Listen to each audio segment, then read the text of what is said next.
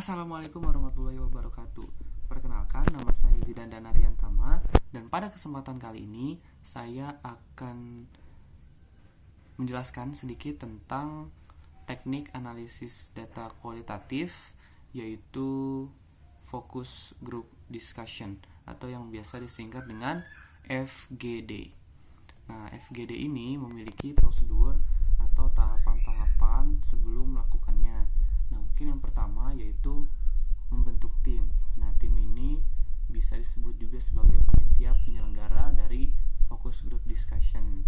Nah, yang kedua, kita juga harus memilih dan mengatur tempat untuk diselenggarakannya diskusi. Dan untuk langkah yang ketiga atau prosedur yang ketiga, kita bisa menyiapkan berbagai macam logistik untuk keperluan diskusi tersebut. Nah, yang keempat, kita bisa menentukan jumlah peserta. Jadi siapa aja yang ikut, itu nanti kita bisa rencanakan sebelum diskusi tersebut. Nah, untuk langkah yang kelima, kita bisa merekrut para peserta dan juga para narasumber yang nanti pengen ditanyai atau digali informasinya begitu. Dan biasanya terdapat dua jenis peserta atau narasumber, yaitu ada peserta homogen dan juga peserta heterogen. Itu tergantung peneliti mau mengundang peserta yang kayak gimana. Dan yang kedua yaitu saya akan menjelaskan tentang kelebihan daripada fokus group discussion ini. Yang pertama, kita dapat memperoleh interaksi data dari berbagai narasumber, itu udah pasti ya.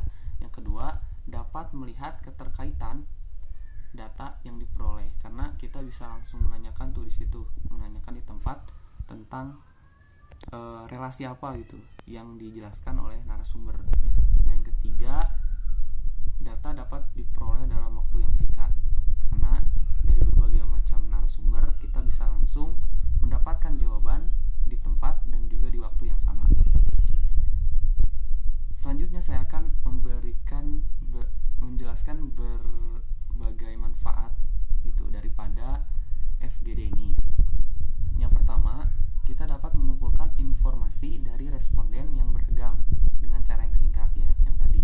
Perihal waktu itu pokoknya FGD ini cukup nyaman untuk dilakukan ketika kita sedang melakukan penelitian yang mana membutuhkan informasi yang sangat dalam dan juga banyak narasumbernya. Yang kedua, penelitian mudah diterima masyarakat karena diskusi ini bisa dilakukan dengan cara terbuka di tengah masyarakat umum gitu. Dan untuk kekurangan sendiri, FGD ini karena memang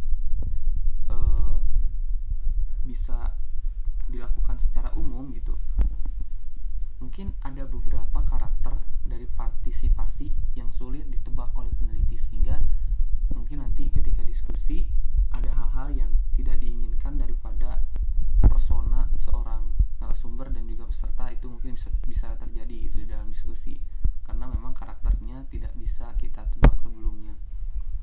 Mungkin yang kedua, ada ketimpangan diskusi gitu. Mungkin nanti ada narasumber atau peserta yang dominan, mungkin ada juga yang tidak dominan, karena biasanya dalam diskusi ada beberapa narasumber yang memiliki perbedaan pendapat dan juga kedalaman materi itu mungkin bisa berbeda gitu sesama peserta, dan itu biasa terjadi di dalam sebuah diskusi.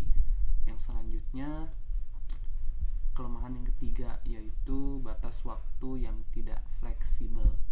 Ya, tidak fleksibel karena